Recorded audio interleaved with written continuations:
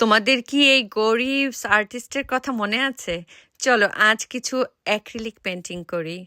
এই অ্যাক্রিলিক পেন্টিংটা গত সামারে করা। আমি এক জায়গায় বেড়াতে গিয়েছিলাম, গিয়ে দেখি ও মাই গড, এত এত সুন্দর সামারের ওয়াইল্ড ফ্লাওয়ার ফুটে আছে যে আমার মনটাই ভরে গিয়েছিল।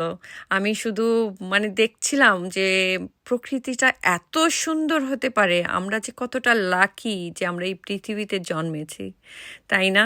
মাঝে মাঝে এমনই মনে হয় যে এত সুন্দর পৃথিবী, এত সুন্দর। তো আমি ওখানে গিয়ে একদম পাগলের মতো হয়ে গেছিলাম একদম। দেখো কত সুন্দর ওয়াইল্ড ফ্লাওয়ার। আর এই ছবিটা হলো ফুল মুনে করা। আহ, ওই দিন ফুল মুন ছিল, কিন্তু আমি এসে বাসায় আমার স্টুডিওতে বসে আহ, ওইটা কল্পনা করে, ফুল মুনটা কল্পনা করেই এঁকে ফেলি একটা ফুল মুনের ছবি রাতের। আমার আসলে ফুল মুন দেখলে আর মাথা ঠিক থাকে না, তখনই মনে হয় যে কিছু একটা করি। তো দূর থেকে এমনই কল্পনা করে একটা এঁকে ফেললাম। দেখো, আবার একটা ফান করে একটা বিড়াল এঁকে দিলাম ডালের উপরে। আসলে ছবি আঁকার কোনো রুলস নাই, তোমার মনে যা আসবে, তুমি যা ভালো লাগে, তুমি যা ভালোবাসো সেটাই প্রকাশ করো, তাই না? আমি তো তাই করি। আমি অনেক সময় কালারও আমার মনের মতো করে দেই।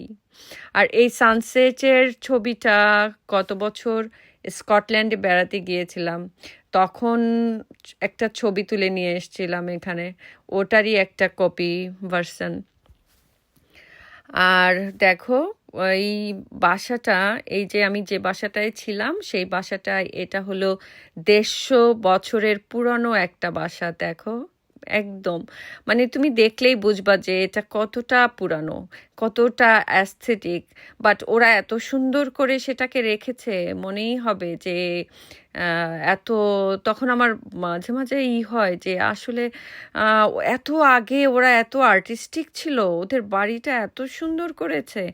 আমার বিশ্বাস হতে হয় না যে এই 2025-এ যে আমরা যেই জিনিসটা খুঁজি, যেই সৌন্দর্যটা খুঁজি, সেটা তারা 150 বছর আগেই ক্রিয়েট করে রেখেছে। কি অদ্ভুত না?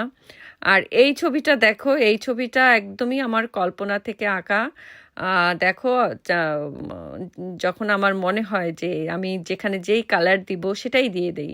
দেখো, স্কাইয়ের কালার দিয়েছি ইয়েলো, আর দূরের ব্লু কালারের পাহাড় দিয়েছি। এটা পুরাটাই আমার উল্টাপাল্টা কল্পনা থেকে আঁকা। দেখো, তোমরাও কিন্তু পারো, কারণ আসলে ছবি আঁকার কোনো রুলস নাই, তাই না? তোমার মনে যেটা আসবে সেটাই আঁকবে, যেটা ভালো লাগবে তোমার আঁকতে সেটাই সেটাই এঁকে দিবে। Thank you.